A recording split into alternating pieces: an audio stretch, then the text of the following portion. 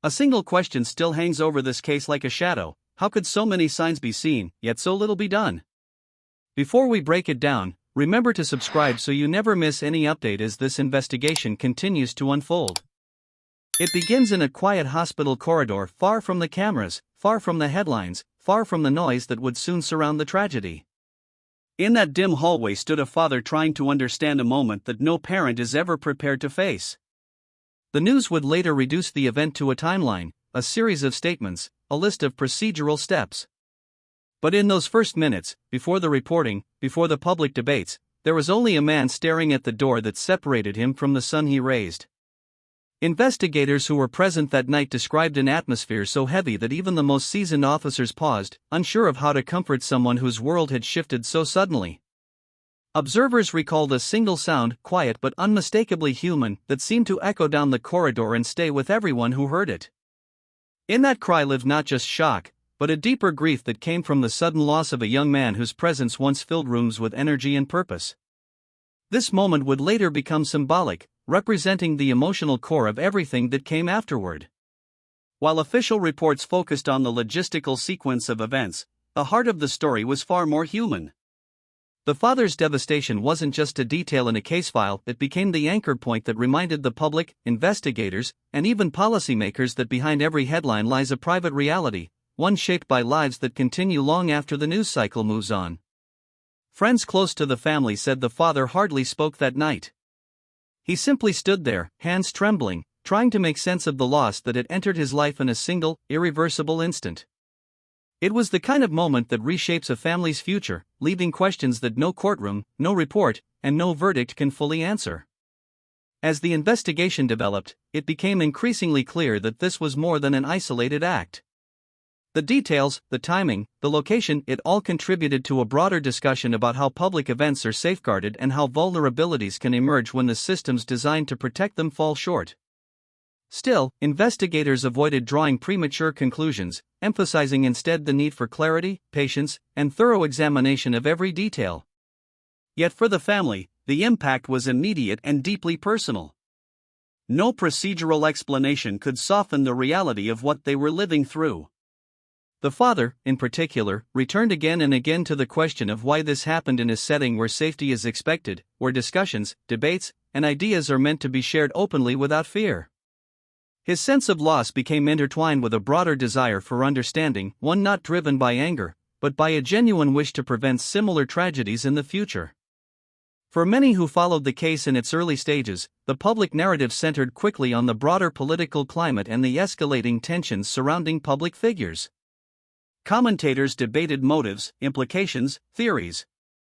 Yet at the core of the story was something much simpler: a life lost, and a family left to navigate the ripple effects. The event shifted discussions from politics to humanity, forcing people to confront the fragility of public life and the responsibilities that come with organizing and attending large gatherings. While some initially framed the incident in sweeping political terms, the father consistently grounded his perspective in personal experience. He did not seek to engage in the broader debates or use his son's death for any form of platform. Instead, he focused on remembrance, accountability, and the pursuit of honest answers rooted in facts rather than speculation. In the days following the tragedy, public attention swelled rapidly. Footage circulated widely, social media discussions intensified, and news outlets captured the immediate aftermath, the chaos, the confusion, the rush of emergency response teams. Yet what these images failed to show was the private suffering unfolding in quieter corners of the hospital and the family's home. Cameras recorded disorder, but they did not record the silent conversations between loved ones trying to hold each other together. They did not capture the weight of belongings that now carried unexpected emotional meaning. They did not reveal the long pauses in the father's speech when he tried to describe his son in past tense, something he resisted doing for as long as possible. Those who knew the family privately said they avoided watching the news, not out of denial, but because they did not want their son's memory reduced to a viral clip or a trending headline. This divide between public spectacle and personal reality became a recurring theme. The family found themselves navigating two parallel worlds, the external one shaped by commentary and opinion, and the internal one shaped by quiet grief. Over time, this imbalance raised broader questions about how tragedies are portrayed and consumed in a media environment driven by immediacy. Many expressed concern that constant coverage risked turning a deeply human event into a moment of public theater.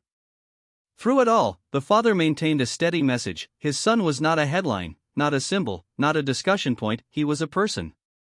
And that distinction mattered deeply to him as the case progressed.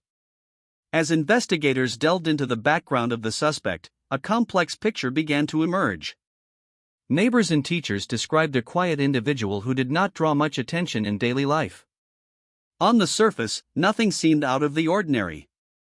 Yet online traces told a different story, one marked by isolation, frustration, and a gradual shift toward more concerning behavior.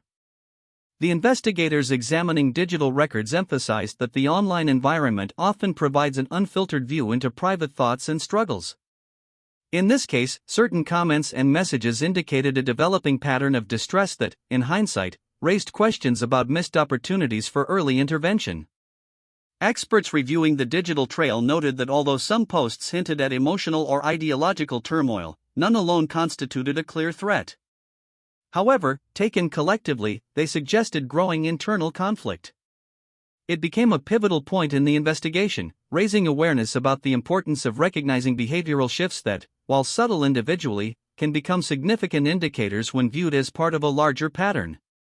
Mental health professionals consulted during the review stressed that identifying such signs requires collaboration across communities, platforms, and support systems. The suspect's history demonstrated how easily concerning behaviors can go unnoticed when no single person sees the full picture. This led to a pivotal realization: multiple systems encountered small pieces of the puzzle, yet none connected the broader context. Friends saw withdrawal. Online communities observed emotional volatility. Institutions noted occasional disruptions. But without coordination, these individual observations lost their potential to prompt intervention.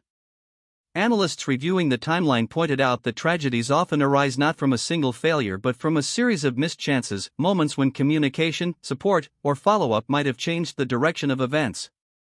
This understanding shaped much of the public conversation moving forward, directing attention toward systemic improvement rather than personal blame. The reconstruction of events leading up to the incident became far more complex than investigators initially anticipated. What had begun as a straightforward review of surveillance logs, eyewitness accounts, and operational procedures grew increasingly layered as new information surfaced. Each time investigators believed they had clarified a detail, another inconsistency appeared, small, often subtle, but significant enough to demand closer scrutiny. This prolonged, iterative process became a source of frustration not only for officials but especially for the family, who felt each delay pushed them further from the clarity they desperately sought. As the inquiry progressed, additional questions emerged regarding the consistency of procedural details on the night of the incident. Investigators discovered that some accounts, while not contradictory, varied enough to require further validation. For example, security personnel who were stationed at the same checkpoint offered slightly different versions of when they first noticed commotion near the venue. One staff member recalled a rise in radio traffic about 10 minutes earlier than documented in official records, while another remembered the onset of confusion occurring after the venue had already begun its main proceedings. None of these discrepancies suggested deceit, but they highlighted how stressful environments can distort precise recollection. Further complicating matters, portions of surveillance footage were reviewed later than expected due to routine administrative backlogs. While such delays are common in high-volume investigations, they contributed significantly to the perception of a fragmented response. A few clips that might have offered additional clarity on movement around restricted zones were not catalogued until several days after the event. This gap did not indicate tampering or intentional oversight, rather, it reflected a system already strained by the sheer volume of material requiring review. Nevertheless, for the family, every delay represented another moment in which answers slipped further out of reach. Another layer of complexity arose from early witness reports. Several individuals mentioned observing unusual behavior in the vicinity shortly before the incident. One attendee described a person pacing near a loading entrance, seemingly anxious, while another recalled seeing unfamiliar individuals lingering close to staff-only corridors. At first, these observations were overshadowed by more urgent priorities: securing the scene, gathering time-sensitive evidence, and ensuring public safety. Only later, when investigators had more time to revisit lesser-known details, did these accounts regain relevance. Officials openly acknowledged the backlog and occasional oversights, explaining that high-profile cases often generate enormous volumes of digital evidence, interviews, and documentation. Every element must be cross-referenced and validated to ensure accuracy before final conclusions can be drawn. While this explanation was factual, it offered little comfort to the family members who waited anxiously for clarity. For them, the process felt slow, disjointed, and at times unnecessarily bureaucratic. During this same period, security protocol reviews began revealing additional discrepancies that warranted further examination. Several attendees and staff members reported hearing an alert sound, possibly from a screening device, during entry procedures. However, the precise meaning of this alert was unclear. Some believed it indicated a routine technical issue, while others thought it might have signaled an irregularity in the scanning process. Security officials reviewed logs from the equipment, but none showed errors significant enough to declare a breach. Still, the inconsistency between recollections and documented data raised questions about whether the alert had been fully evaluated that night. Other attendees recalled noticing individuals near restricted zones who did not appear to be part of the event staff. Though none behaved overtly suspiciously, their presence lingered in the memories of witnesses who later questioned whether these individuals should have been there at all. Investigators attempted to trace their identities through badge logs, camera footage, and registration lists, but not every individual in a crowded venue can be accounted for with perfect accuracy. While such gaps are not unusual in large events, they nonetheless fueled deeper discussions about the effectiveness of existing safety measures. Security experts who later reviewed the case emphasized that even the best-designed systems can falter under high stress, unexpected circumstances, or plain human error. They avoided pointing fingers, instead underscoring the importance of continuous refinement. The purpose of the review, they argued, was not to criminalize mistakes but to strengthen future responses and minimize vulnerabilities. The broader goal had always been prevention, not punishment. Meanwhile, the legal process introduced its own set of challenges: slow-moving, procedural, and emotionally draining. Court hearings were rescheduled multiple times due to administrative requirements, scheduling conflicts, and requests for additional documentation. Such delays, while common in complex cases, had a profound impact on the family. Each postponement extended their emotional uncertainty and prolonged their grief. Observers who attended the hearings often noted the father's visible exhaustion. He sat through long discussions filled with technical language, procedural motions, and logistical arguments that rarely offered new information. His hope was not for a rushed verdict or a swift conclusion, but for sincerity and honest and thorough examination of the facts. More than once, he expressed that the process should reflect the seriousness of the loss his family had suffered. The formality of the proceedings, while necessary for due process, sometimes seemed to overshadow the human reality at the center of the case. Despite everything, the father remained a steady presence in the courtroom. He rarely addressed the media or made public statements.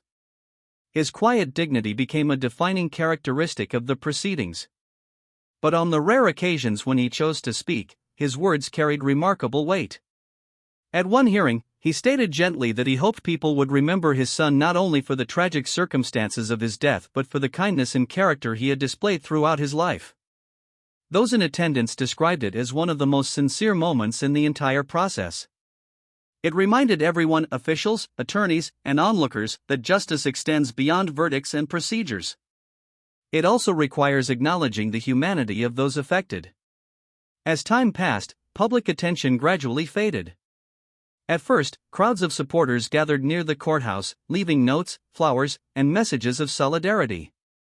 But as weeks turned into months, fewer people returned. The weather faded the messages taped near the entrance, and the flowers dried and scattered. New stories filled the news cycle, redirecting the public's focus.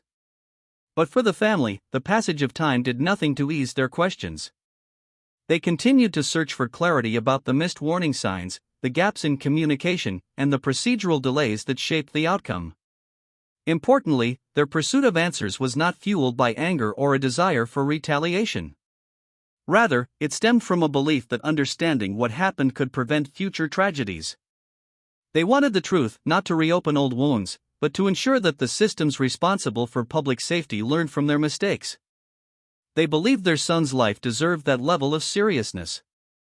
In private moments, the father visited the venue where his son had last spoken. When the building was quiet, he would walk through the space slowly, reflecting not on the tragedy itself but on the years of dedication and purpose that had defined his son's work. He carried a small photograph from his son's childhood, a simple, joyful moment frozen in time, taken long before life became complicated. That image reminded him why the search for answers mattered. He once said the purpose was not closure, because closure felt too final, too dismissive of the depth of the loss. Instead, the pursuit was about integrity, responsibility, and the hope that no other family would endure the same confusion and uncertainty.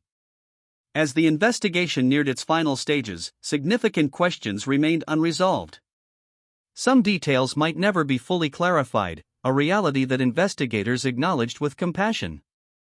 However, one theme consistently emerged across interviews, reports, and public discussions: systems must do more than simply react. They must anticipate, communicate, and respond to early signs with seriousness and empathy.